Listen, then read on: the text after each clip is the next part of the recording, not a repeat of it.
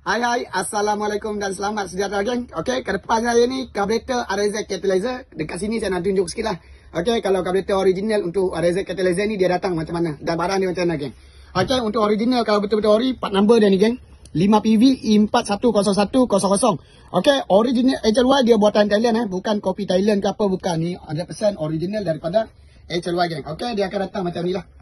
Okey, kat sini saya nak pelanggar kat korang sikit geng. Alright, dia akan datang macam ni kat dalam. Dia ada bubble ya. Alright, dia akan ada bubble. Ni saya tak pernah buka lagi ni geng. Start buka lagi. Okey, dia datang macam ni lah. Daripada HLY geng. Okey, untuk karburator RZ Catalyzer. Dia ada satu plastik ni, ada plastik Yamaha macam ni ya. Kat dalam plastik dia akan plastik Yamaha macam ni geng.